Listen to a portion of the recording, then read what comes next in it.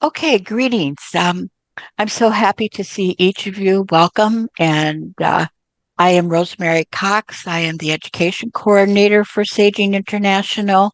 And I have been so looking forward to this particular webinar with Sharon Salzberg. I have been reading your books for quite a while, Sharon, and have heard so much about you. And so now we are blessed in the Saging community to have Sharon come and facilitate a webinar for us as part of our World Wisdom series. I'm going to give you the formal introduction of Sharon. She's a meditation pioneer, world renowned teacher, and New York Times bestselling author.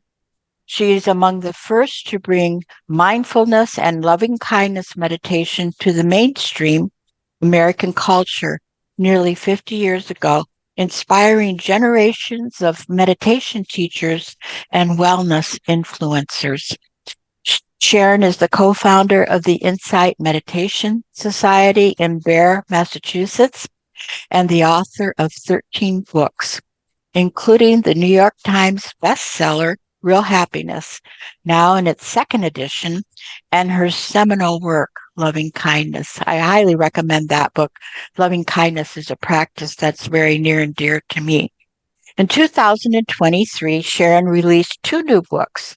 The first was Real Life, and it's now available from Flatiron Books in hardcover, ebook, and audiobook formats. The second, Finding Your Way, which is the focus for our webinar today, is a small gift book from Workman Publishing. Sharon's podcast, The Meta Hour, has amassed 6 million downloads and features interviews with thought leaders from the mindful movements and beyond. And her contact information is www.sharonsalzberg.com. That one will be easy to remember. So I welcome you. I welcome Sharon, and I turn it over to you, Sharon. Thank you, Sharon. Yeah, thank you. Thank you for the chance to be together. I love actually this part where people put in where they're from in the chat, because I just get a sense of this immense gathering of all this energy and all these people coming together, which in so many ways replicates what we do in the meditative process. So thank you all for being here. So I'll talk a little bit about my background and then the main theme of what I wanted to address, which is what I call the three skills of meditation practice. So I grew up in New York City, went to college at the age of 16 as a product of the New York City public school system, where I skipped 2 grades. And in my sophomore year in college, I took an Asian philosophy course. There was a philosophy requirement. And in all honesty, looking back, as far as I can remember, I took a look at the schedule, the timing, and I thought, oh, that's convenient. It's like on Tuesday or something. I'll do that one. And the course completely changed my life. So in two ways, I would say very predominantly. One was, like many people, I'd had a very chaotic, traumatic childhood with a lot of upheaval, a lot of loss. And like for many people, my family system was one where these things were never spoken about. You just didn't talk about it. And so I didn't know what to do with all of the pain and suffering within myself. And here in this class, in the section on the Buddhist teaching, the instructor was talking about the Buddha's, pretty famous commentary that life has suffering in it. And for many people, this is a kind of depressing statement and has given the Buddhist approach, the Buddhist philosophy, that kind of aura of being a real downer. But for me, and I think in truth, it was very liberating, because it was, I think, honestly, the first time in my life I felt like, oh, it's not just me. I'm not so weird. I don't have to feel so marginalized. I belong, in effect, to life itself. We all do, even when things are very, very hard. And the other thing, of course, predominantly in that class was that I heard more in some depth about meditation practice, that there were methods, there were techniques that if you actually put them into practice, you could become a whole lot happier. So I was going to college in Buffalo, New York, and this is 1970. I looked around Buffalo. I just did not see it anywhere because what I was interested in, really passionately interested in a surprising way, was not just an academic study or a further kind of analysis, but I wanted to know the practical. How do you do it? What are the actual instructions? What are the things you might face along the way to actually put this into practice to see if I might in fact be happier? So, didn't see it anywhere in Buffalo. The university had an independent study program where if you created a project that they approved of, you could go anywhere in the world, theoretically for a year, and then come back and do your final year. So I created a project, said, I want to go to India and study meditation. So I look at that so many times, like 50 some years later, because it was totally out of character for me. I was very frightened. I was very kind of guarded as a person. Grown up in New York City, went to school in Buffalo. I'd never even been to California. And suddenly I'm creating this project. I'm going to go to India. And I did. They accepted the project. I went to India in 1970, the fall semester, beginning of the fall semester, to somehow find a teacher that would be very practical, direct, not involving, a big belief system, not having to adhere to a dogma, certainly not rejecting anything else. I just wanted to know the how to. So I wandered around India for a little while, and it was January 1971 when I actually found the approach. The teacher was S.N. Goenka. He had just left Burma for India, and he was teaching in the format of intensive 10-day retreats, which were like immersion courses in cultivating these techniques, developing them so that you'd hopefully have enough confidence at the end of 10 days that if you chose to continue on, you could continue on with those practices. So that was the beginning. And there were things that I never have, in a way, turned away from that. I've questioned a lot of things and I've looked at a lot of things, but from the first moment, I really felt there is truth here. For me, there's something really true. There's something worthy of my attention, and that hasn't changed in all of these years. I did, stay in India a little bit longer than my allotted year, but I went back to Buffalo uh, and finished school. I ended up getting 2 years of independent study credit, which was not a bad feat. And then I went back to India to continue my study and practice, and I came back here finally in 1974. So before I left India, I was with one of my teachers, this woman named Deepa Ma, or Deepa's mother. It's kind of a nickname.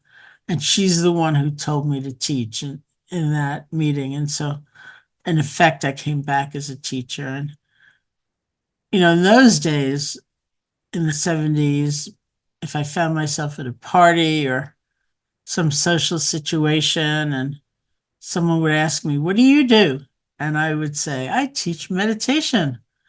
And very often they would kind of go, "Oh, that's so weird," as they'd kind of sidle away. Or every once in a while, someone would say to me, "Did you meet the Beatles over there?"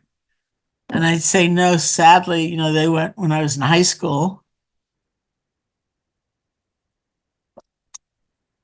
And all these years later, after so much more research and studies and effort to translate that approach, the philosophy, the methods, into very contemporary language, apart from certainly needing to adhere to any belief system. I'd say if I'm introduced to someone as a meditation teacher, the single most common response I hear is, I'm so stressed out. I could use some of that. And I just think that's a fascinating trajectory for the culture at large to be considering that. Sometimes I have heard my partner should really meet you. This would be really good for them, which is also very amusing. So I've been so happy to see the practices and the idea of meditation leave that kind of vaguely esoteric, largely abstract, and remove territory it once occupied and be known more and more as potentially very, very helpful in our daily lives with everything that we encounter and that we face. One might say that anywhere that stress might play a role in our problems and our feeling exhausted, overwhelmed, incapable of kind of meeting the moment, meditation might have a potential role in its relief because the stress dynamic is actually a dynamic. There's the pressure, the incident, the problem, and then there's the resource with which it's met. And we know that from any ordinary day, right? Maybe you didn't sleep at all last night.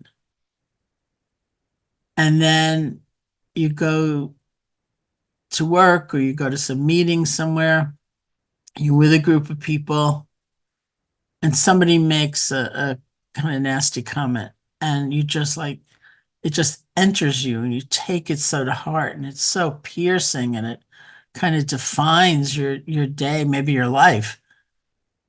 In contrast to, you slept beautifully last night. You feel really rested. You had breakfast with loving friends or family. You feel connected to so many people. You go to this gathering, you overhear the comment, and you think, boy, that person's having a bad day. It's not like you cover it over and it's all perfect because it's not all perfect.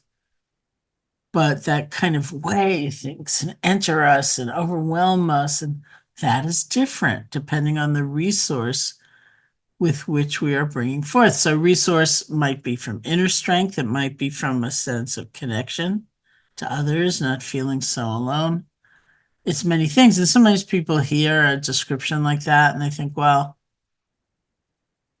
that means you're not going to try to do anything about the unfair situation or the big burden that's being placed on you unfairly or unjustly, or somebody's attitude that is really getting more airwaves than you think is right. And we do try to make change in systems and communities and situations, but my feeling is always, why try to do that from the place of maximum exhaustion and depletion? Why not have a sense of resource to help us meet the moment, whatever it may be bringing? Because we know life is so varied, right? There's the glorious, beautiful, wonderful things that actually we might often overlook, but nonetheless arise. And there are the real, the incredibly unfortunate and painful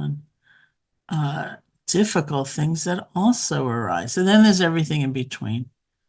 Just the kind of neutral, ordinary, repetitive, routine moments when we tend to kind of fog out or numb out, and we're not really feeling alive or connected.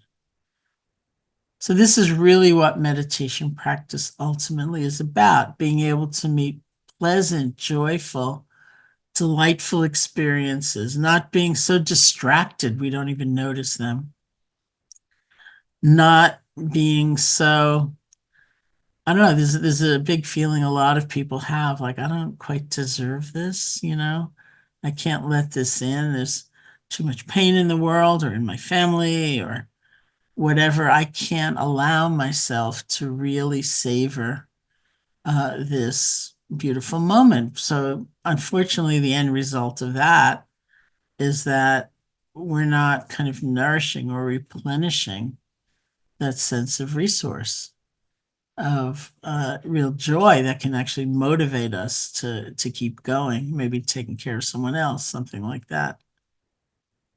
And we learn how to meet painful experiences differently. Sometimes, we feel emotional pain, we're frightened, we're sad, and we feel guilty about that. We feel ashamed of that. I shouldn't feel this, or I should have gotten over this already. It's been 2 months, like, why am I still struggling? Um, or it's physical pain. And not only do we have to bear the physical pain, but we've added to it just from habit. I'm the only one who'll ever feel this. This is going to last forever. This is the only thing I will ever feel forever. And it's just overwhelming. It was hard enough when it was the physical pain, but now it's pain plus all of that. And we'll talk a little bit more about that. So we learn how to be with painful experience with some compassion, with some greater degree of balance in a different way. And it always interested me that we learn how to be with neutral experience, all those kind of ordinary, repetitive things where we're not really alive. We're not really taking them in, where I think in general, culturally, we're not awfully trained to subtlety. We need kind of intensity in order to feel alive, and yet being able to feel the nuance. And I've had meditation teachers, for example, say to me, be mindful every time your hands are in water. Just like feel that, feel those sensations. Or I had a meditation teacher in India. His name was Manindra. And so he was a very scholarly, erudite kind of teacher. And someone asked him once why he meditated. And I thought he was going to give a very, kind of scholarly answer. And he said, I meditate so that I don't miss the little purple flowers that are growing along the roadside. Sometimes it's the small things that are kind of pleasant, but kind of neutral too. We don't really think much of them. It's not like a dramatic, great thing. But it too can enrich our lives, being in touch rather than oblivious or somewhere else. So learn the skills of being different with pleasant experience, painful experience, and neutral experience is kind of one of the essences of meditation. So, again, meditation doesn't need to be tied to any belief system, truly. The only necessary belief, in a way, it's not dogmatic, but it says that each of us has a capacity to understand ourselves more fully, to care more deeply, both for ourselves and for others, that we are capable at any age of working free of habitual reactions that may be holding us back, that may be causing us unhappiness.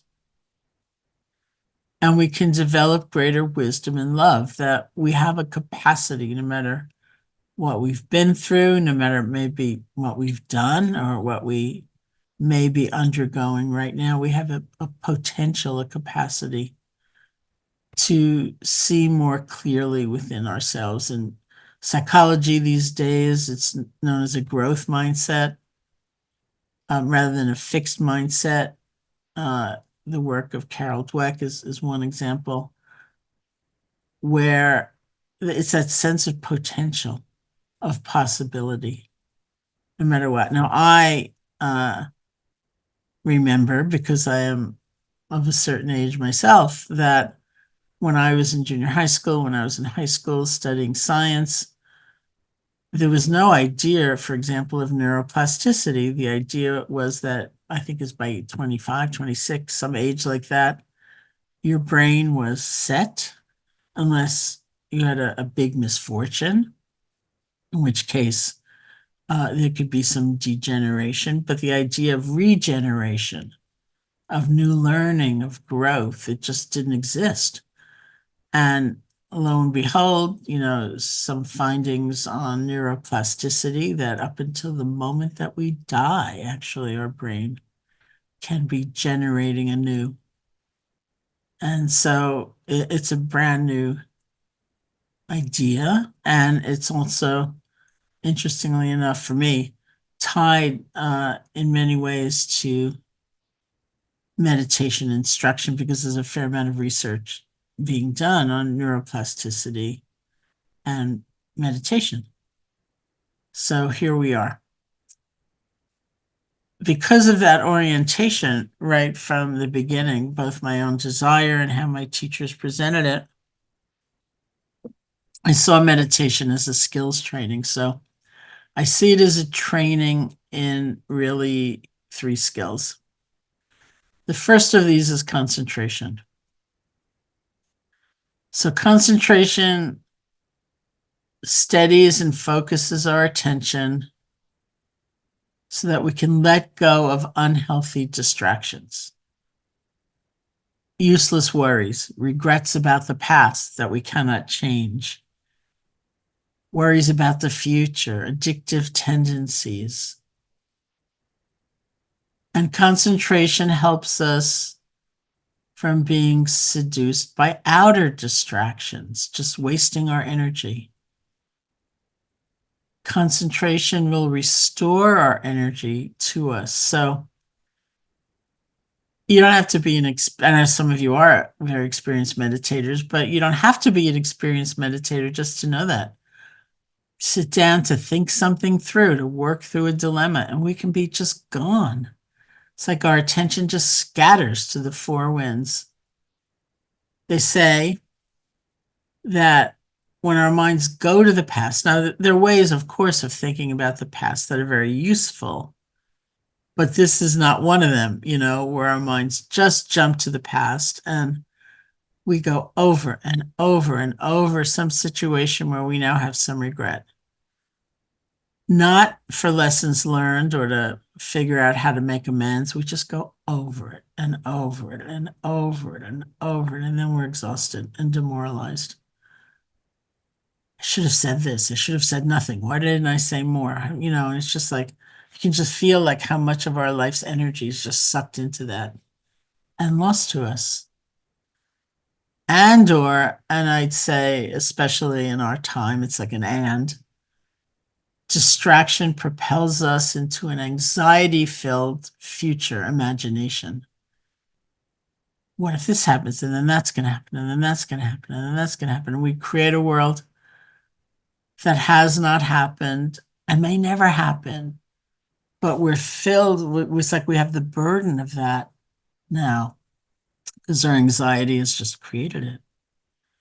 I was teaching once with a friend of mine named Bob Thurman, he just retired. He was a professor of Buddhist studies at Columbia University. And I was speaking and I just used this example. I said, imagine you're sitting in an airplane at one of the New York City airports and you start thinking, oh no, I wonder if this plane might be late. And I think it will be late. I'm sure it'll be late. How late will it be? Like, I wonder if I'll miss my connection. Oh, I'm definitely going to miss my connection. Oh no.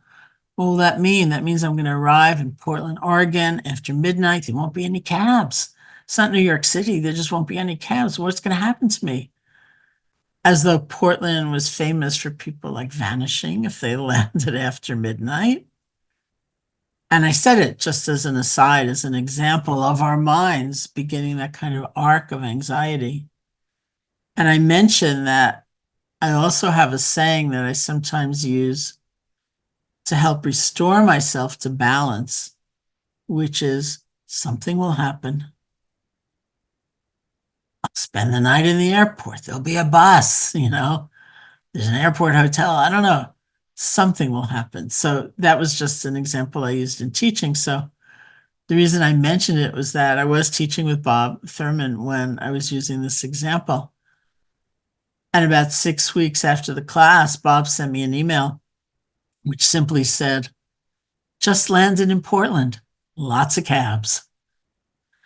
And so it's just one of a billion examples of how our minds, without steadiness, without some concentration, can spin off into the future in a way that isn't skillful planning, but more like exhausting rumination. So concentration is the art of gathering all of that energy, that stormy, scattered attention, and settling or centering.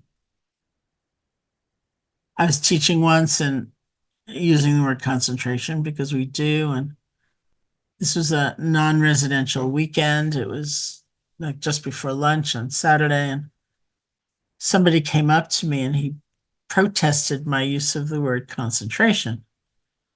So clearly for him, it reminded him of repression, of as though squeezing his attention onto something and holding on tight and resisting and resenting anything else that came up. And so I said to him, would it work for you if every time I use the word concentration, you replaced it in your mind with steadying, settling, centering? And he said, yeah, that would work. So I said, okay, let's do that. He'd actually said to me in his original comment, how much money would it take for me to offer you if you promise not to use the word concentration again for the rest of the weekend? And so when we came to this resolution, I said, you just saved yourself a lot of money. So here we are. It's learning how to gather, learning how to let go of distractions, not hating them or fearing them, but just letting go and returning. And over time, what happens is this sense of being centered, even in the midst of the storm, whatever else might be coming on. So that's the first of the skills. The second is mindfulness, which feels almost like the word of the hour.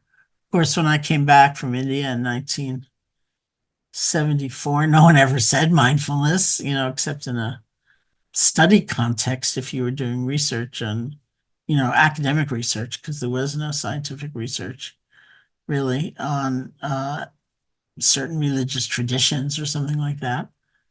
Um, and now it feels like you can't avoid it, wherever you go, people are talking about mindfulness. And it can mean many, many different things. Classically, it means a quality of attention to what's actually happening in the present moment so that we can connect more fully and directly with whatever life brings. So many times our perception of what's happening is distorted by bias, by habits, by fears, by desires. Sometimes we describe mindfulness as the place in the middle. My favorite definition of mindfulness actually came from an article I read in the New York Times many, many years ago. It was about one of the original programs trying to bring mindfulness into the classroom. So this was a fourth grade classroom in Oakland, California. So the kids are like 9 or 10 years old. They're in fourth grade. And the journalist asked one of the kids, what is mindfulness? What is mindfulness? And he said, mindfulness means not hitting someone in the mouth. That's what mindfulness means. And I thought that is a great definition of mindfulness. Because what does it imply? It implies knowing you're starting to feel angry when you are starting to feel angry. Not after it's escalated, not after you've sent the email, not after you've lashed out at somebody, but as it's beginning, because you're so in touch with what's happening. It also implies a certain balanced relationship to the anger, because this is in a way really crucial to mindfulness. If we fall into every emotional state and get overwhelmed, we're likely to hit a lot of people in the mouth because life can be very frustrating. But on the other hand, if we hate what we're feeling and we're ashamed of it and we want to deny it and we want to push it down, and we get tighter and tighter and tighter until we explode. It just doesn't work. So we say mindfulness is that place in the middle, being able to connect with what's actually happening without getting consumed by it on the one hand, without pushing it away desperately on the other. And in that way of relating, because mindfulness is really about relationship, it's almost like space opens up. And in that space, maybe new options for responding open up, new ways of behavior, creativity. It's not like we're inert or passive and we never respond to anything, but we don't need to be driven by the habits of old. And so I like to think of that kid, 9 or 10 years old, who had that reply in that space opening up, thinking maybe hit someone in the mouth last week. Didn't work out that well. Maybe I'll try this. Maybe I'll try using my words. And in fact, I have these friends with an organization called the Holistic Life Foundation who work in inner city. Now they work around the country, but it started in inner city Baltimore, which is where they're from, bringing mindfulness and yoga into those classrooms. And they tell me a story about a little girl who's like 7 years old. And um, she was a fighter. She was teased a lot. She was very poor. Her clothes were kind of ragged. The other kids would tease her and bully her, but she was always getting into trouble because she'd like knock them out. And then she'd be in detention and things were not going well. So she was in their program and they taught her these tools. And they said one day they walked into like some public place, like the school cafeteria or the auditorium or something. She was holding this other little girl up against the wall by the throat. And then she looked at her and she said, "You're just lucky I know how to meditate." She dropped her. And she went off into the corner and kind of composed herself, and then responded in some way. And I'm smiling because they just sent me a link to them and this little girl who's a little bit older. She's maybe 10 now, doing a TED talk, and I thought, wow, look at that. Um, Another way of kind of getting at this same idea, well, there's several ways. Let's say you're on your way to a gathering and you run into a friend and they said, "Oh, you know who I just met? I met our new neighbor." And they said, "That person is so boring." And then once you're at this gathering, who do you find yourself stuck talking to but this very person you have just been told is so boring? So are you really listening? Are you really taking them in? Not that likely. Maybe you're looking around, seeing who else would I rather be talking to, or thinking about the email you need to respond to. And maybe you realize that and you think, you know what? I don't really know from my own experience what I think of this person. I'm just carrying what this other person told me. Maybe I can let go of that and really be here, really listen, really take them in. And if we do that, we might leave that gathering thinking that person is so boring, but maybe not. Because life is actually full of surprises when we pay attention. It's like an awakened way of being.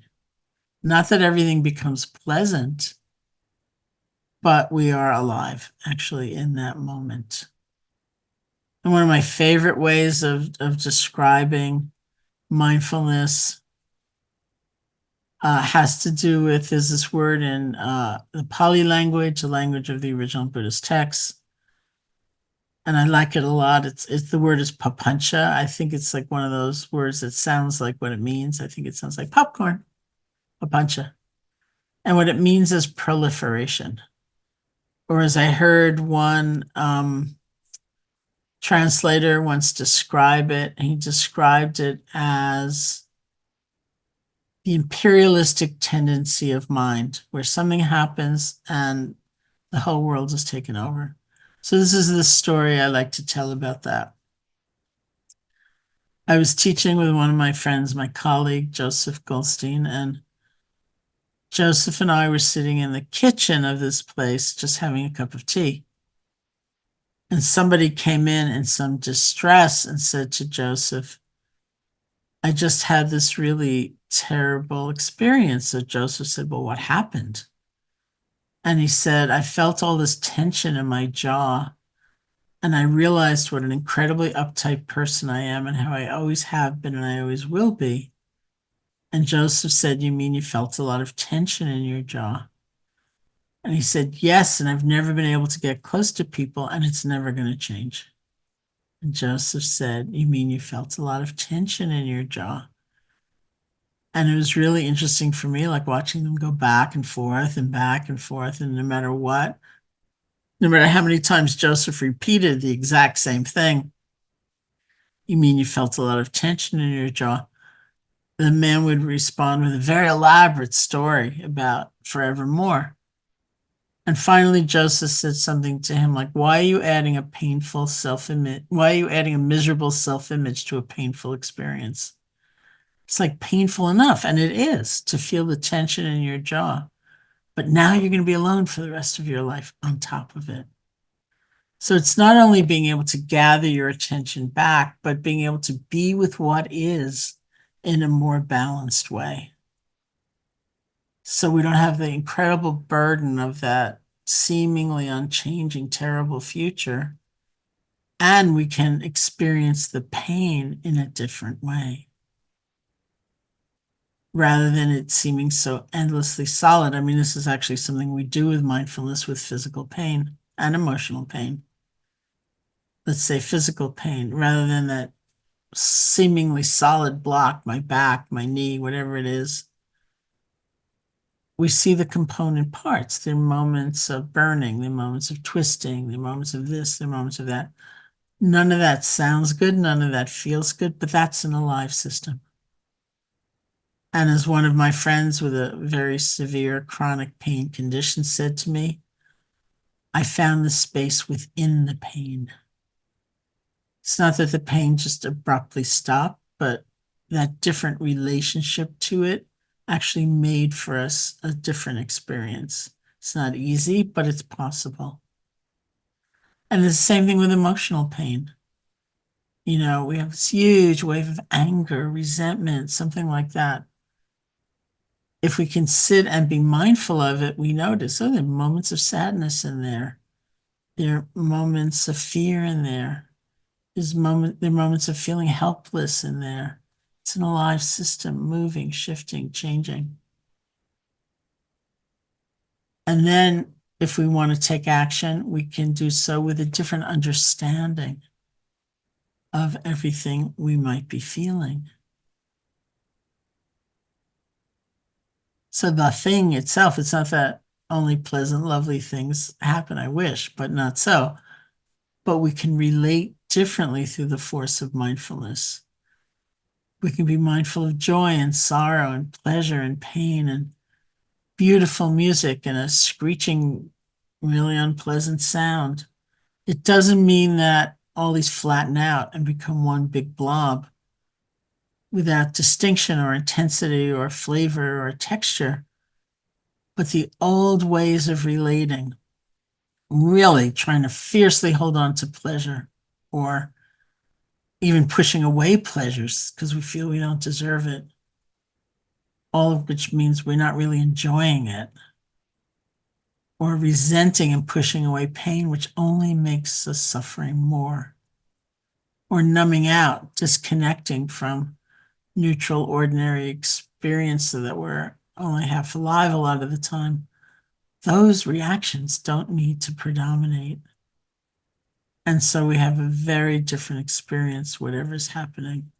So we have concentration, we have mindfulness, and we have the third skill, which I sometimes call connection. It could be termed compassion, or the traditional way would be saying loving kindness, which opens our attention and makes it more inclusive. It transforms the way we see ourselves and the world instead of feeling so alone, so cut off, so apart from everyone else. It's like a transformation from alienation, which I've always considered kind of quirky, because on the face of it, meditation practice can seem like the most solitary experience. Maybe you do it all alone, maybe your eyes are closed. But somehow the very process of it, of connecting more and more deeply to yourself, opens us to a much greater sense of connection to others. It's just a different level of understanding that arises. And, even before we went through the pandemic, when I would read about the epidemic of loneliness that people seem to be experiencing, not just in the US, but in other places around the world. And I would read about how social connection can be such a healing agent in so many different clinical conditions. I kept thinking, it can't just be a numbers game. Like, I only have 2 friends, I need 8.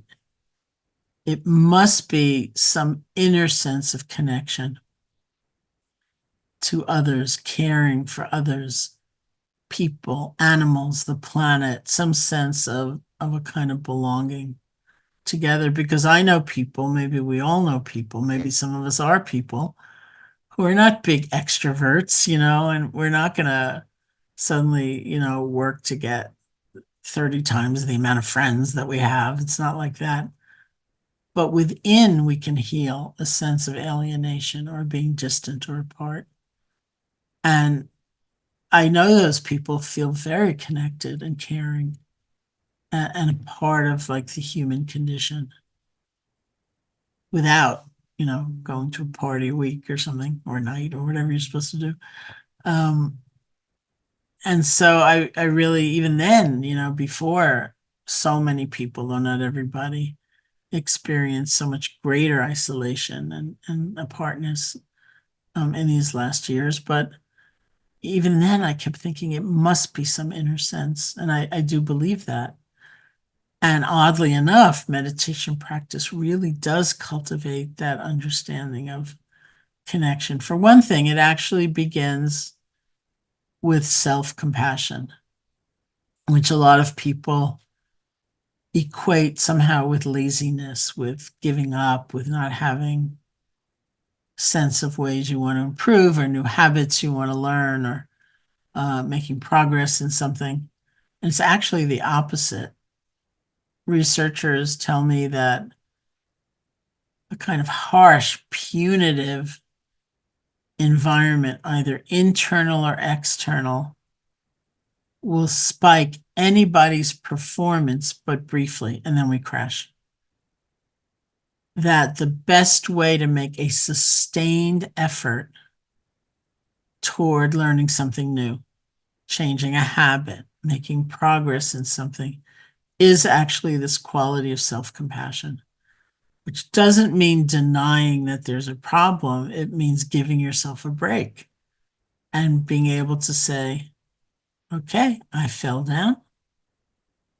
I'm going to pick myself up or let someone else help me up. I'm going to start over. That we can do that. We can recover. We can renew. We can begin again. And that harshness and feeling like we failed and punishing ourselves is not going to serve us to do better. It would be, in a way, oddly, ironically, nice if it were, if it did work, because we're so used to it, but it actually does not work. It's self-compassion, which seems so squiggly and like weak and stupid in the eyes of many people, actually does work. So I'll go back to, and we are going to do some meditation practice together. Let's say in your meditation practice, and there's so many ways, and we will explore at least one, maybe a couple of doing it. But one very common way is if you're sitting, to rest your attention on something like the feeling of the breath, the actual sensations of the in and out breath as it moves through your nostrils or the rise and fall of your abdomen, something like that.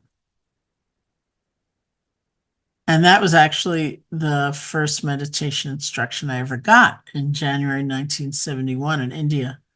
Sit down and feel your breath. And my very first reaction was, that's so stupid. I came all the way to India.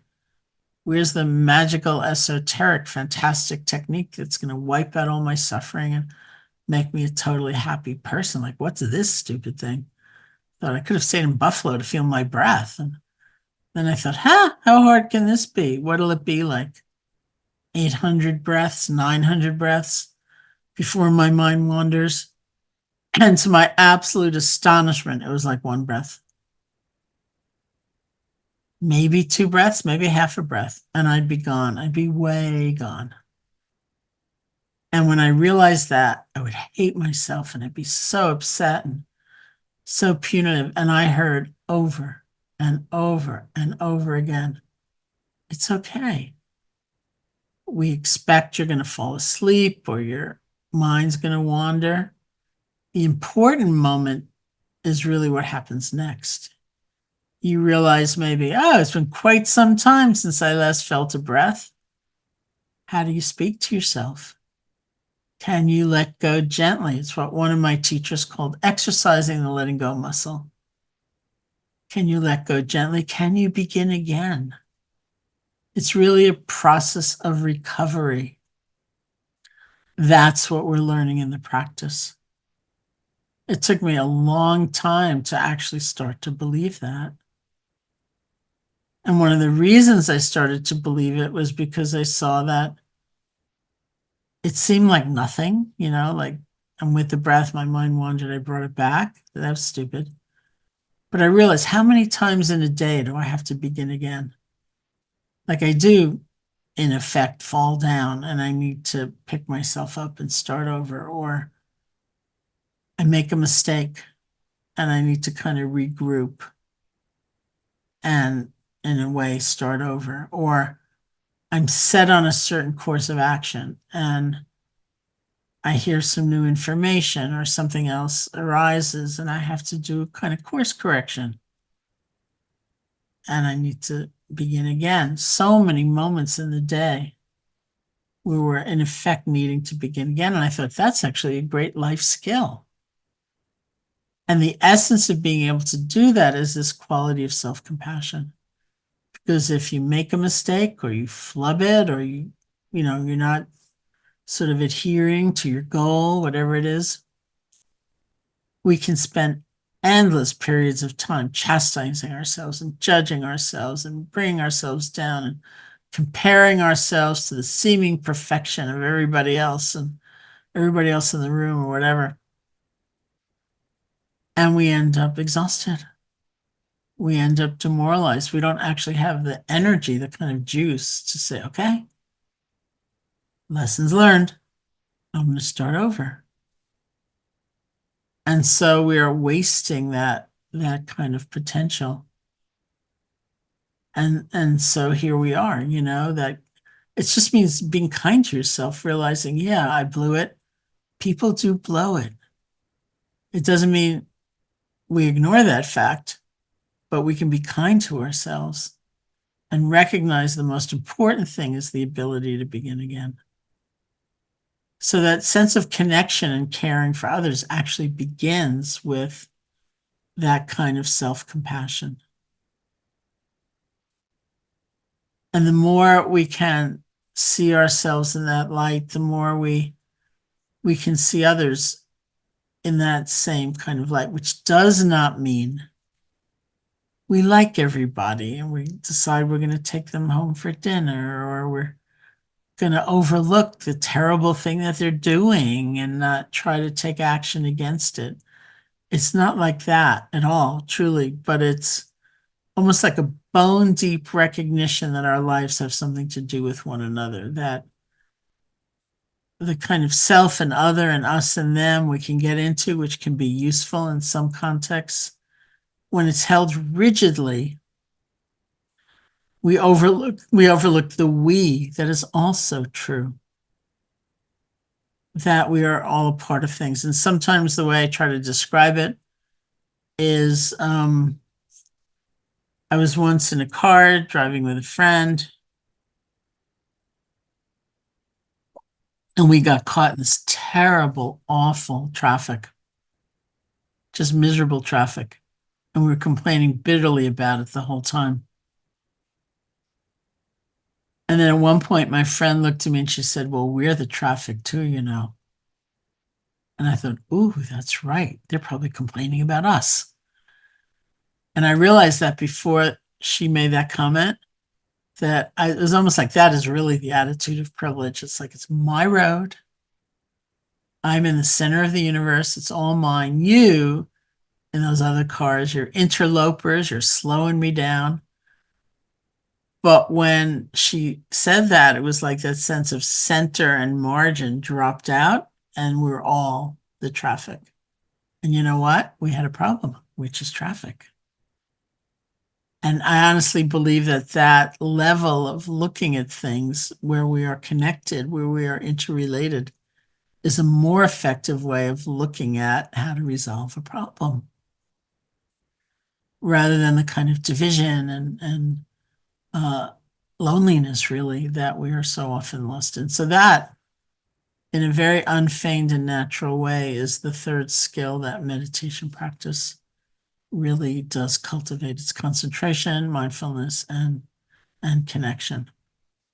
Okay, so we're going to do a little bit of practice together. You might just want to stretch or, just get comfortable.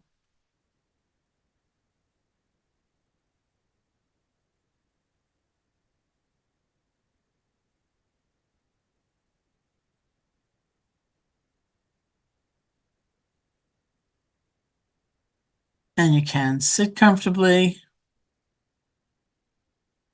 close your eyes or not, however you feel most at ease. And if you start out with your eyes closed, but you get very, very sleepy, or it just feels too weird to you, it's fine to open your eyes and you can continue on with your eyes open. They can be like a little bit open, perhaps, and you can find a spot to rest your gaze and just let it go. And I'm going to guide you through just one, as I said, of course, many variations of possible ways of practice. So to begin with, sometimes we just start by listening to sound. It can be the sound of my voice or other sounds. It's a way of relaxing deep inside, allowing our experience to come and go.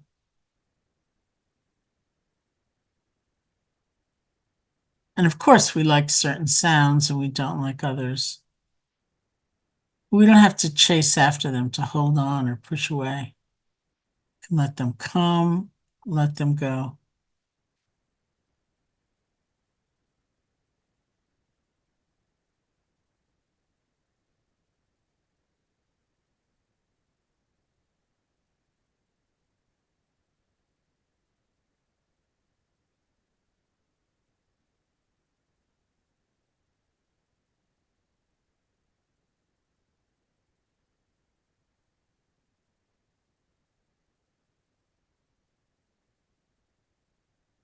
You're not responsible for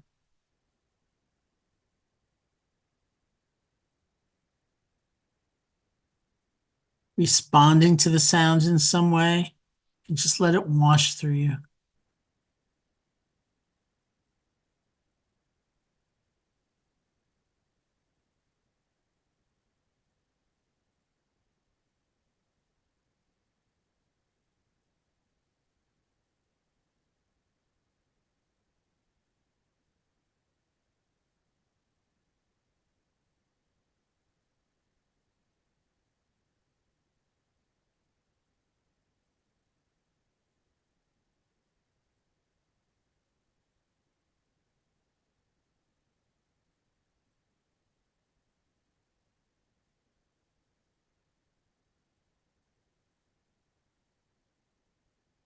And bring your attention to the feeling of your body sitting, whatever sensations you discover.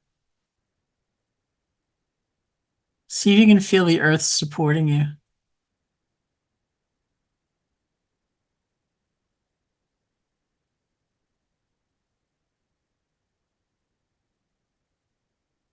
and feel space touching you. Sometimes we think about touching space, we think about picking up a finger and poking it in the air, but space is already touching us. We just need to receive it.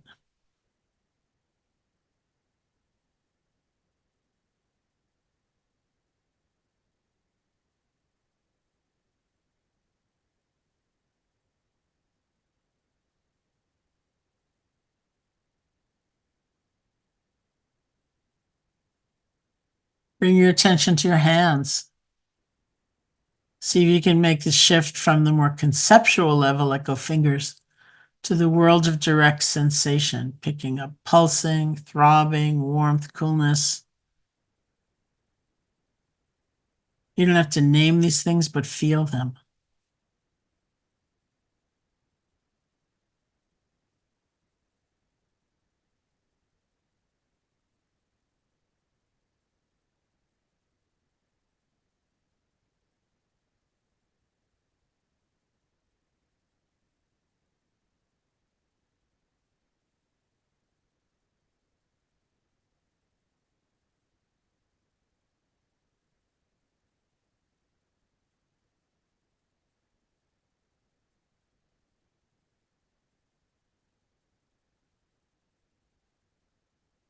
And bring your attention on that same level of feeling sensation to the feeling of your breath.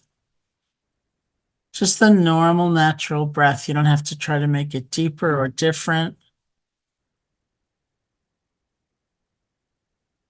Wherever you feel the breath most distinctly, the nostrils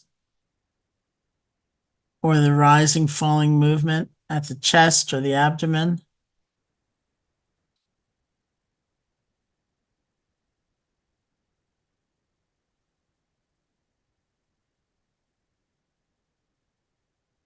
If you find that place where the breath is strongest for you or clearest for you, you can bring your attention there and just rest. See if you can feel one breath without concern for what's already gone by, without leaning forward for even the very next breath, just this one.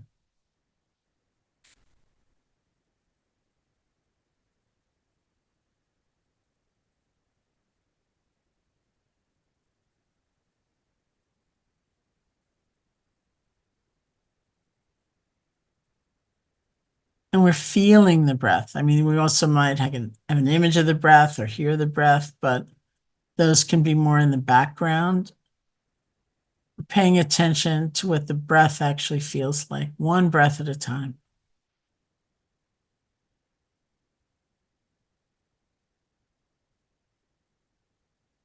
And if you like, you can use a quiet mental notation like in, out, or rising, falling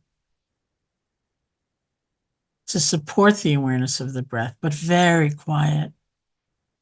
So your attention's really going to feeling the breath.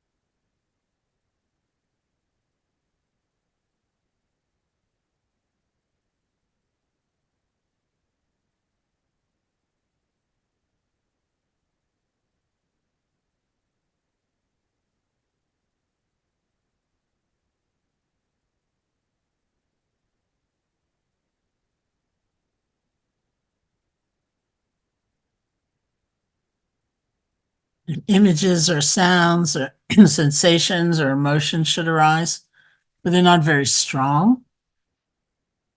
If you can stay connected to the feeling of the breath, you just let them flow on by. You're breathing. It's just one breath.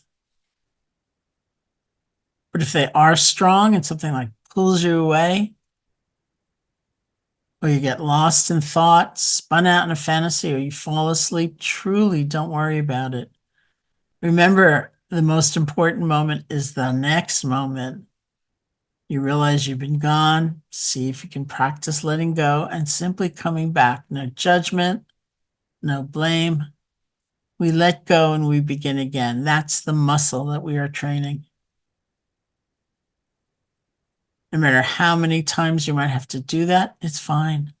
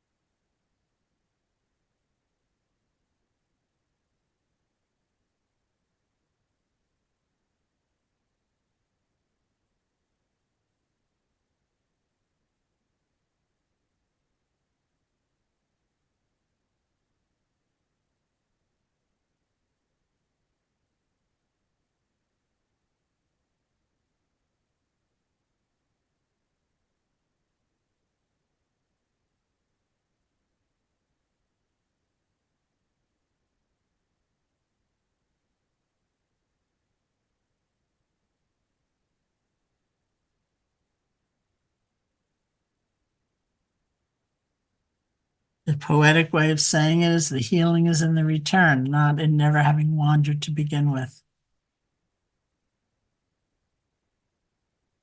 It's renewal, it's recovery, it's reinforcing that ability to begin again.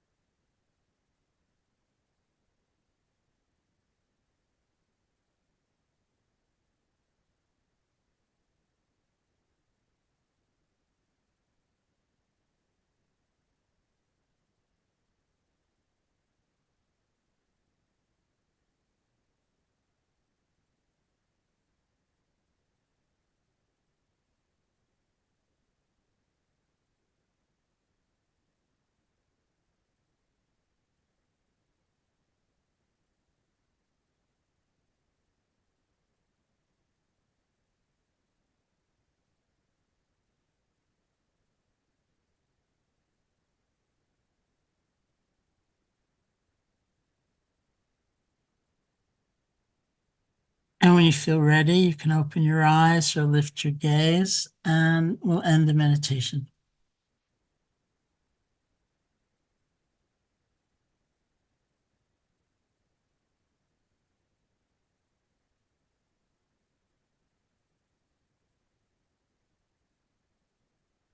So thank you so much for that. I wanted to hit 12 minutes um, because I have a friend. Her name is Amishi Josh. She's a neuroscientist at the University of Miami, and she studies meditation, mindfulness practice with people in high stress occupations, the military, high performance athletes, first responders, people like that. And what she says is that what her lab has found is that 12 minutes a day of practice, actually 3 to 5 times a week, will really change your life.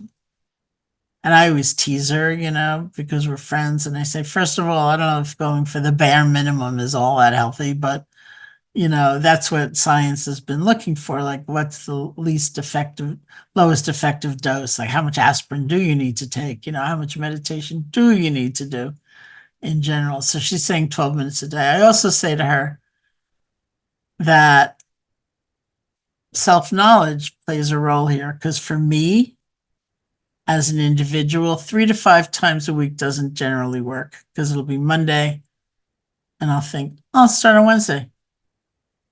It'll be Wednesday and I'll think, I'll do it 3 times on Saturday, and I'll never do it. But every day is every day. It just, for me, is an easier kind of structure to undertake a practice. So if you are interested in exploring meditation practice and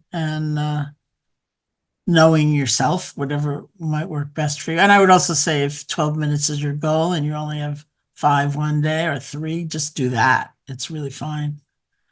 It's the persistence that seems to be more impactful than anything.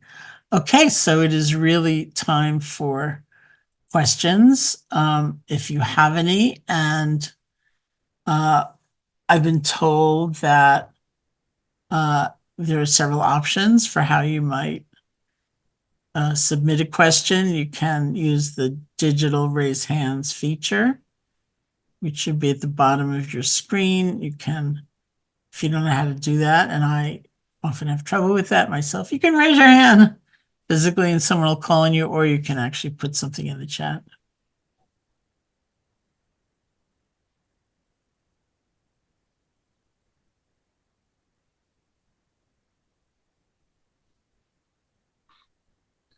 And Sharon, it looks like Judith has her hand up. Why 12? She's studying. I mean, I don't know. Okay.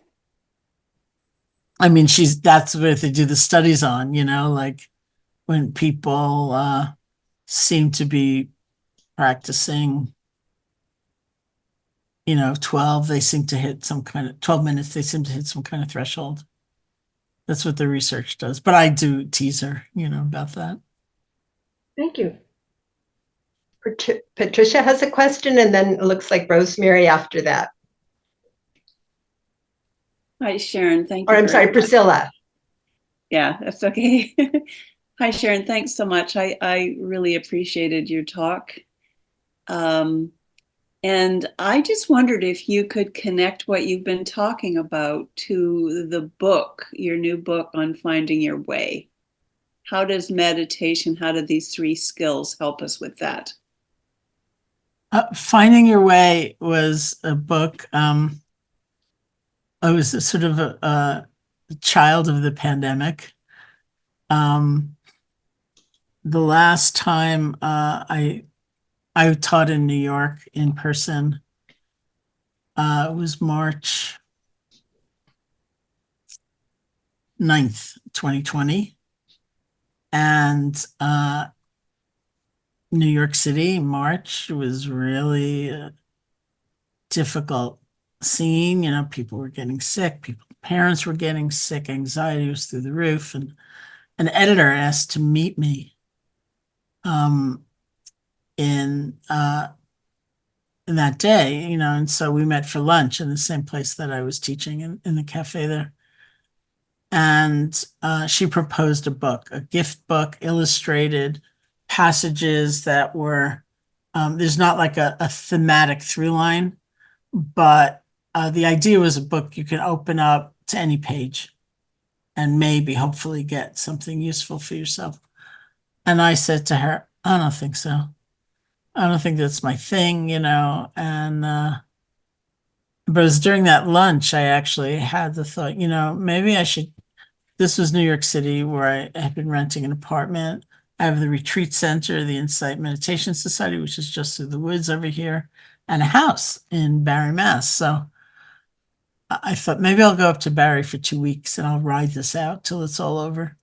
So I came up here like March 14th, 2020 with my snow boots, and within days the retreat center had to close and we weren't sure we'd ever reopen, and we just entered the unknown. And I woke up maybe 3 months later and I remember that conversation. I thought maybe she was right, maybe that is a form for our time. And I would say, in response to your question, everything I present is about these 3 skills. Either in very practical and immediate terms, here's the how-to, or in more extended terms, what might this look like in our life? So if you look at anything I've written, it's really about that. Sometimes one more predominantly than the other, especially loving kindness or connection, but often three. So I think if if you do open Finding Your Way on any page with this conversation in mind, you will find echoes of it there. This is our journey. Mary, you had a question. But did you share anything about what your personal practice is today? I'm curious about someone who's so experienced and what you might be doing. I would say that there are two streams of meditation practice I've really devoted myself to. One is mindfulness. What we just did is like the foundational exercise in mindfulness, and it develops to spending more time with some of the various things that come up. So maybe it's not so much can I let go and come back to the breath, but maybe a big wave of sorrow comes up. And so it's paying attention to the sorrow. What does it feel like in my body, seeing its component parts, watching it change, and then going back to the breath. So it becomes a more expansive, broader practice. And that is in many ways been my primary practice. There are also streams of practice that are specifically designed to help us deepen qualities of loving kindness and compassion and so on, usually called loving kindness meditation, where instead of resting our attention on the feeling of the breath, we may be silently repeating certain phrases, like we call someone to mind, like, may you be safe, may you be happy. It's like a practice of blessing or gift giving or offering. And it begins with ourselves, interestingly enough, first ourselves and then these various beings and then all beings everywhere. So I went to Burma in 1985 to do an intensive 3-month period of loving kindness practice. And after that, it was for about 4 years, it was my only practice doing loving kindness. And then after 4 years, that kind of broader mindfulness practice became my daily practice. But I had a resolve to try to do loving kindness whenever I was waiting. And I counted every mode of transportation as waiting. So walking down the streets of New York silently, seeing someone and thinking, may you be happy. Waiting in line somewhere, every airplane. And I have a lot of airplane stories because I used to be on airplanes all the time.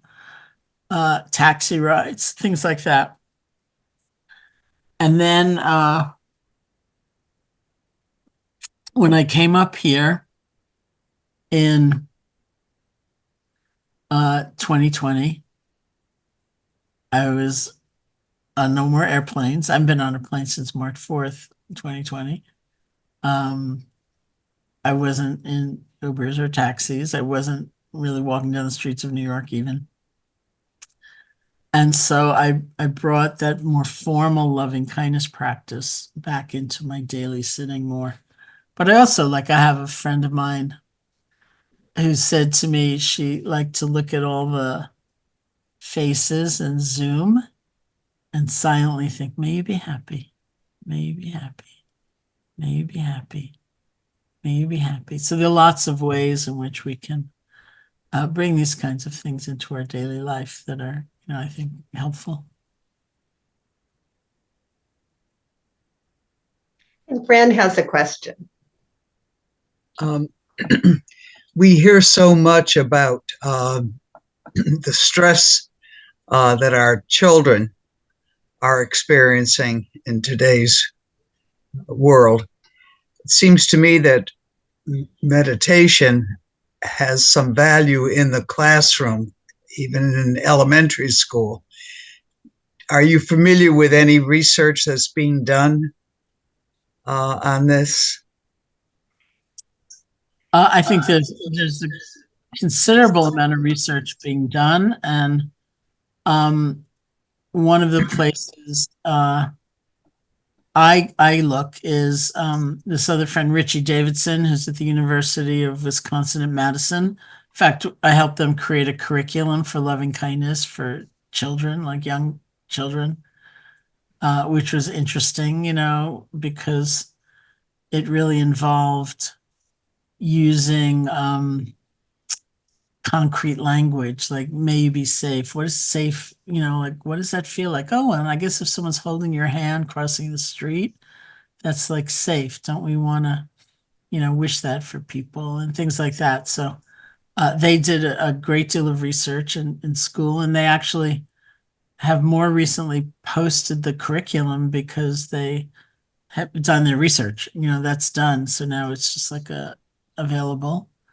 My friends, the Holistic Life Foundation in Baltimore, there was a whole research project from Johns Hopkins about, and those kids are really, really going through a lot, and the conditions of their life, their daily life, and it's proved to be very helpful as well. For older kids, there was a research project at Emory University on compassion and self-compassion with kids in the foster care system, like teenagers. And that was a very interesting study. It also showed profound effects. And I remember for that study, they did a lot of biological measures like stress hormones and things like that. And one of the things interesting to me was that by these objective markers, the kids were experiencing less stress, more ease in their lives without their self-report yet catching up to that. They didn't have the words, they didn't have the kind of emotional understanding. But by the end of the study, the ways they would describe themselves was more like that. But even before they quite got that, it was happening. It was starting to happen with all those other measures. So I usually look at Richie's site, which is he's just changed the name, Center for Healthy Minds. And there's another organization called the Mind Life Institute, which is in Charlottesville, which is sort of a repository for a lot of the research that's going on. It's very interesting, to read these days. I haven't really gone into it that deeply yet, but all the studies or the feelings about younger kids and devices, and being on a phone and all that all the time, and the effects, which are reported to be very severe. But of course, it's not just them. I was once interviewed by the New York Times actually about doom scrolling, and I didn't even know what doom scrolling was. And I said to the journalist, "What's doom scrolling?" And it's when you're kind of reading. Let's say you're using a phone or a computer to read the news, and you're reading what is in effect the same story again and again and again and again and again and again. And you're not learning anything new because it's the same story.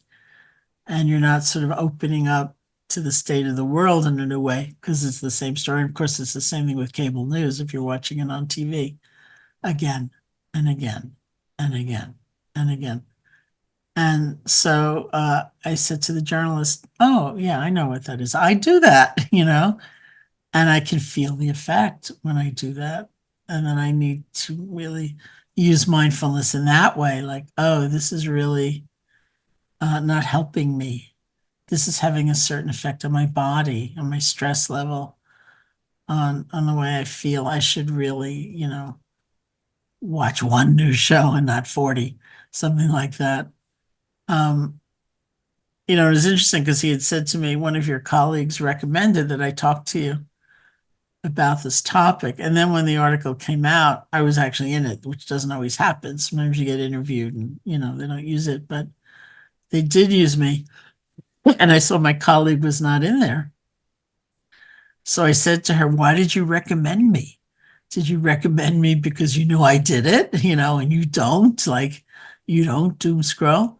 And she said, no, I do, but I was too busy, so uh, we can also, even at whatever age, use our mindfulness to just see how things are affecting us.